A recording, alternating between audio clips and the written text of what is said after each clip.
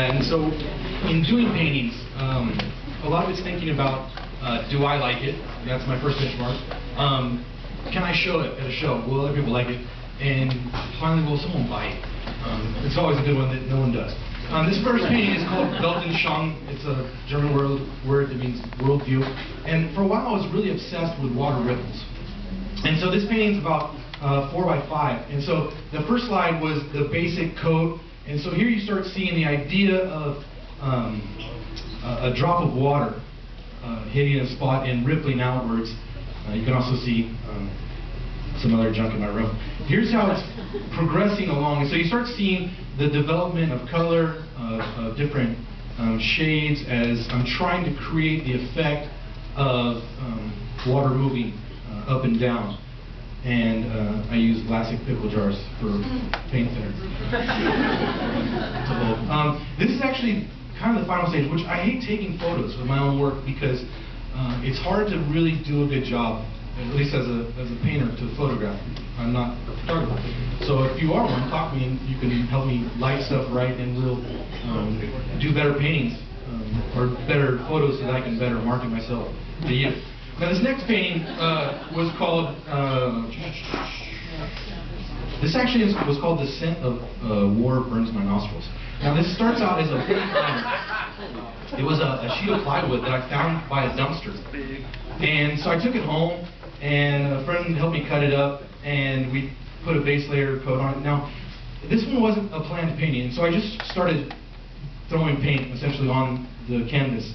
And you see in the middle there's this like white dot that was left in the middle because it was an indentation. And it really intrigued me for a while, and I was trying to work off of that and let that kind of inspire me and help me move towards something else. And so eventually I put a little cat.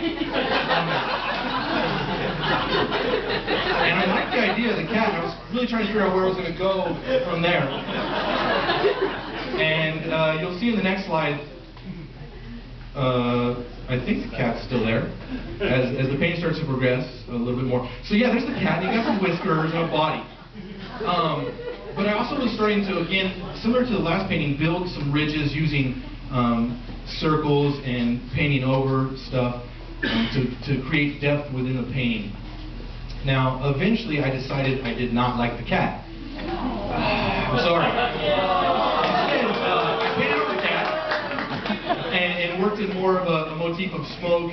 And in the top right, there's a skull built into it that you might be able to see or you might not be able to see. But again, this is still sort of in process. It's getting closer towards completion.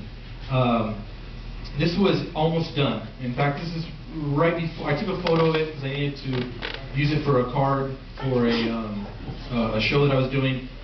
But it was pretty much done at that point as far as the paint going on it.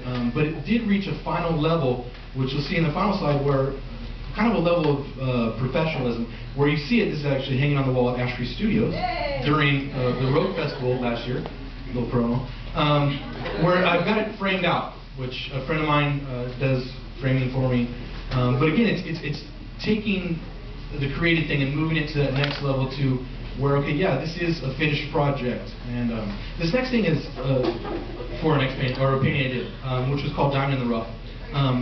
Last year I got a little obsessed with painting Fresno buildings, and for a show at the Road Festival, trying to show things I loved about Fresno. And so I was going around and taking pictures, letting them be an inspiration. So taking the idea of City Hall and the geometric shape, I started working. Now this is actually, I don't have an early photo of it because I forget to take photos early long. And so this is kind of far into it already, where I've got the shape and I'm trying to pull out an element to see City Hall as a diamond, but still abstracting the trees. And so it's moving further along as we progress through some slides. This one actually have 5 slides, and we see 3 of them. So, like, I've changed some of the coloring in it. Now, the next slide, you'll actually see a dramatic change where the lines disappear on City Hall. Go. See? Lines disappeared. And I went much for a blue tone. I was trying to get more of the translucent aspect of a diamond. But yeah, and so it was moving along, and I was cleaning up lines because I hadn't liked where it was. And that's the thing about working through stages, is oftentimes you'll see like, yeah, this sucks. or this needs to change, and I didn't like it. And so eventually this is ended up where the final project ended, or where I finished it and felt like, yeah, I like it and I want to show it. You got nice flowing color within City Hall, but also you still have some what I would consider cheesier elements that I love, like the little 3 yellow on the top of the bling off the diamond. Now the last 4 slides are another painting. I've also been a little obsessed with the Tower Theater. I used to be able to see it from the window of my apartment, and so I did. This is the 5th, or this is the start of the 5th painting that I did on the Tower Theater. A friend of mine was walking to a bar one night and took that picture, and sent it to me and said, hey, just you might like the colors, just how it naturally occurred. And so I did, and so I started working. So here's the canvas as I started getting the paint on it. I started highlighting the light from the theater, as well as some other background highlighting. Hey, there's another painting. This is, again, it's moving along the process. I'm building the shape of the theater, trying to maintain the kind of blurriness of the original photo, as well as add my own feeling to it. And I think this is the finished of it. Yes, this is the 4th one. This is where it's at now. Now, I don't know if it's done. I'm not sure that I've reached the benchmark of being finished. But it is at the point where now it does have a pop to it.